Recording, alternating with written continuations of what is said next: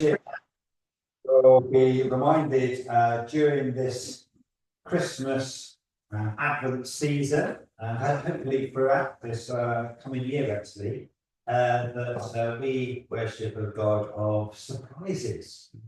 Surprises us in all sorts of ways.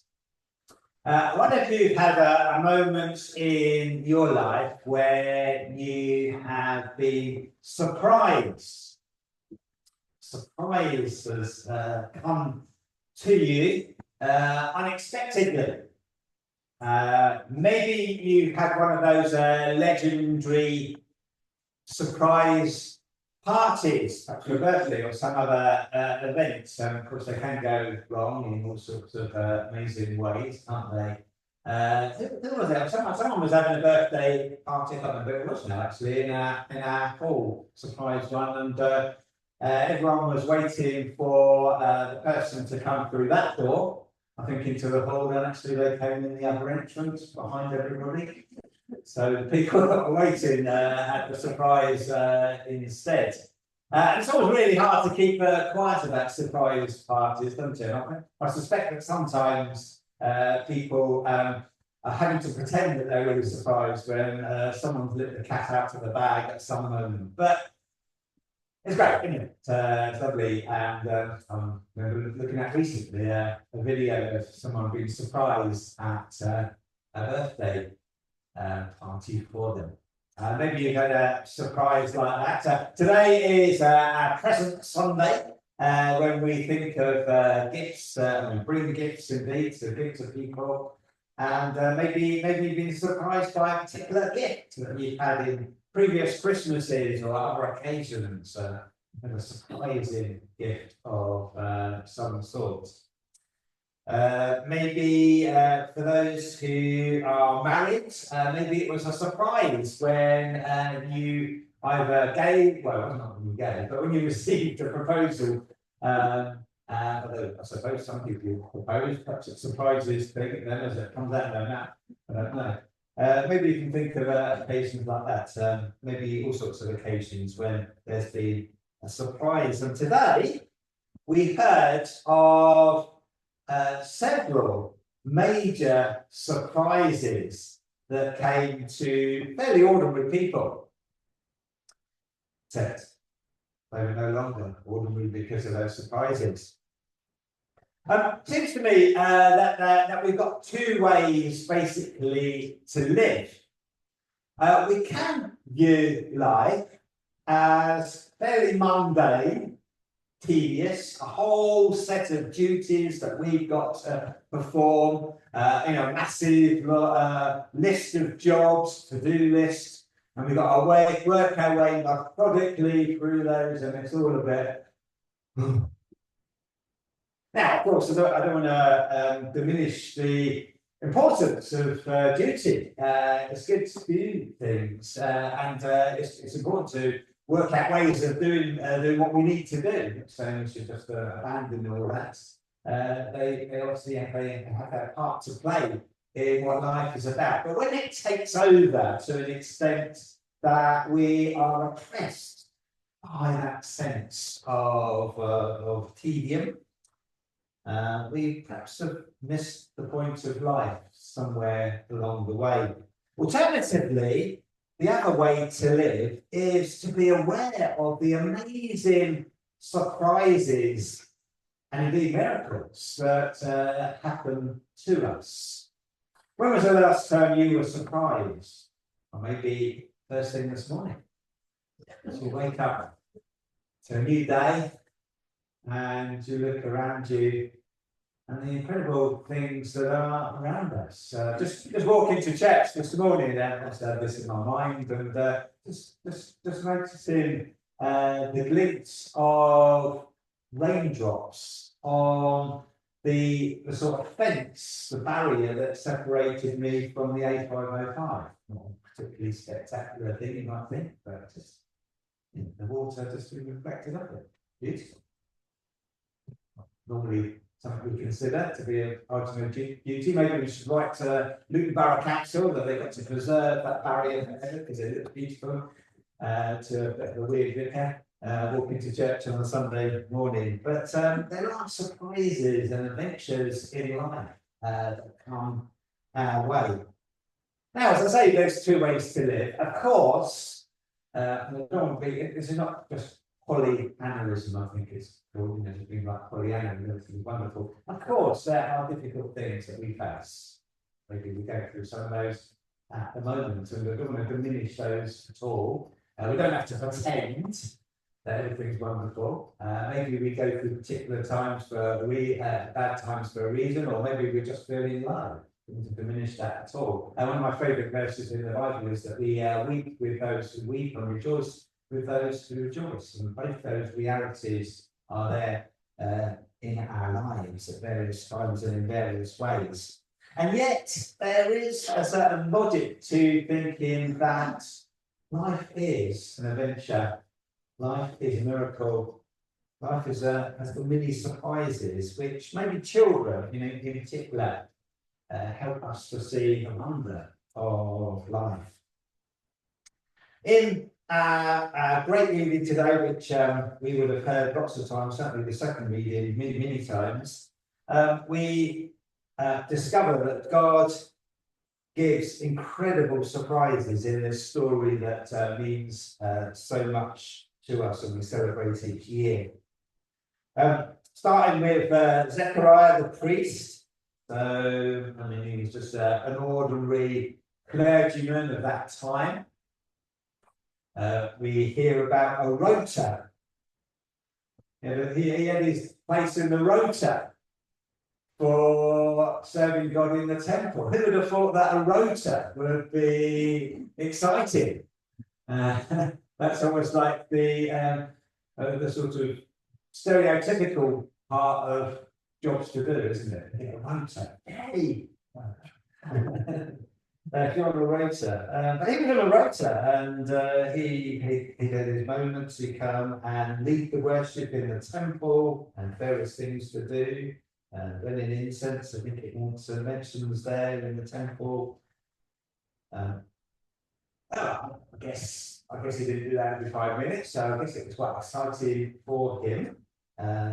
But it turned out to be even more exciting and surprising than he thought, because we just hear Luke describe fairly matter of fact. And remember, at the beginning of Luke's Gospel, as we heard, he'd written this as someone who'd researched things thoroughly. He was almost like a scientist or a historian or something, looking at all the evidence and everything. He wasn't someone who just sort of wrote the first thing that came down in his mind. This was a matter-of-fact explanation of what had happened when Christ came into the world. And he just says, as part of that, then an angel of the Lord appeared. Wow. So, I'm an ordinary clergyman going about my business. Thank you. Suddenly, this morning, an angel appears. Wow. God of surprises, not an everyday event. I don't know if an angel has ever appeared to you. I've never seen an angel. Two people in my life have told me that they saw an angel. And actually, the two that have told me this are very, very matter-of-fact people. They're not the sort of people that I would have expected to say I saw an angel. Some people maybe have a gift of seeing the world in technicolor. And maybe some people you wouldn't be so surprised if they said, I saw an angel on the way to church this morning. They seem to live in that sort of level, which is fantastic.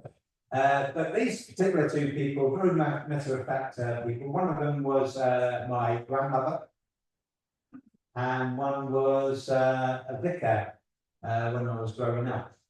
Both of them pretty much matter-of-fact type people, and but saw an angel. One of them was during the First World War for my grandmother, and I think she lost two brothers on the Western Front. On the occasion when one of them died, an angel appeared to her to reassure her that in this terrible situation that although she would obviously grieve terribly, that it was not without hope. I can't remember the circumstances where the vicar that knew exactly when he saw an angel, but I think again it was reassurance in a time of a bit of a crisis. An angel appeared. Now maybe that's not the lot of most people, perhaps, although do tell me afterwards if you have had such a vision. But an angel certainly appeared to Zechariah, and he was maybe the person that led to that phrase that we quite often say when we are surprised. Speechless. You ever been speechless about something? Something happens to you. You're speechless about that. And Zechariah was literally speechless, where Gabriel had appeared to him. He hadn't received. I'm not sure actually whether this was like a punishment because he sort of realised as a fully signed up clergyman that when an angel appears, you believe what they say. So I don't know if it's like, how dare you, Zechariah, you didn't believe me, you're now going to be speechless for a while. Or whether it was just a description of what would inevitably happen when something incredible happened in his life that he wasn't able to speak for a while. But he was certainly surprised, the God of surprises.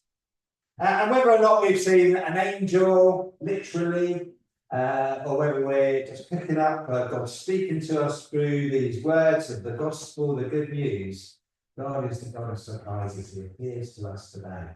And whether we are full of excitement about the world around us, or whether actually life is really tough at the moment and we're struggling to climb out of the gloom, or whether it's somewhere in between.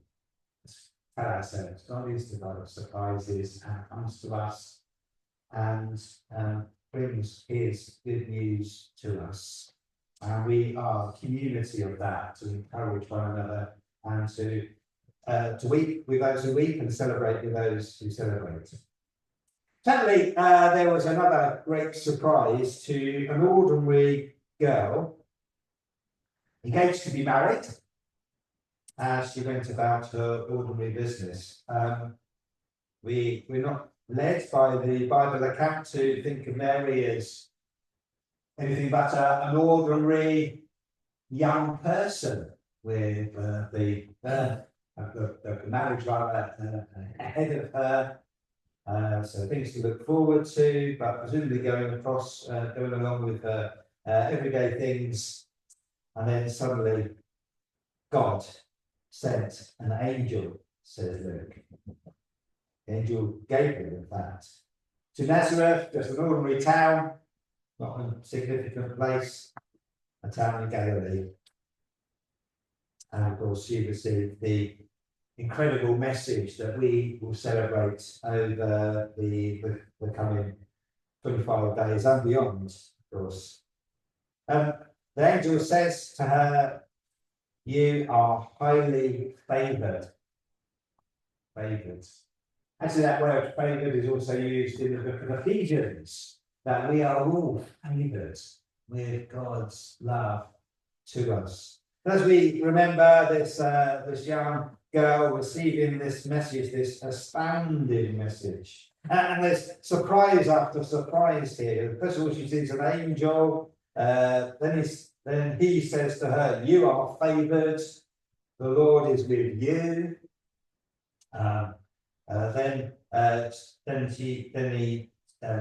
The angel says to her that you have found favour again with God, just in case you missed it the first time. And then about having a child, even though she had never been with a man, and you're going to bear a child who's going to be the Son of the Most High, and he will get the throne of his ancestor David, and his kingdom will last forever and ever. Surprise after surprise after surprise after surprise for her. Of course, you can't take most of them in. How can this be? Mary asks. but the God of surprises comes and favours her, and through favouring her, favours all of us, as God's love comes to us in the person of Jesus eternally. For nothing is impossible for God. So, as we begin this new year afresh, as we enter into Advent, this Sunday of hope, as we prepare for the celebration of Christmas with all these wonderful traditional services that we share together, let us rejoice. Let's open ourselves to the surprise of God. Let's allow the coming of His Son to surprise us afresh this year. And like Mary, to say, may it be to me as you have said. Amen.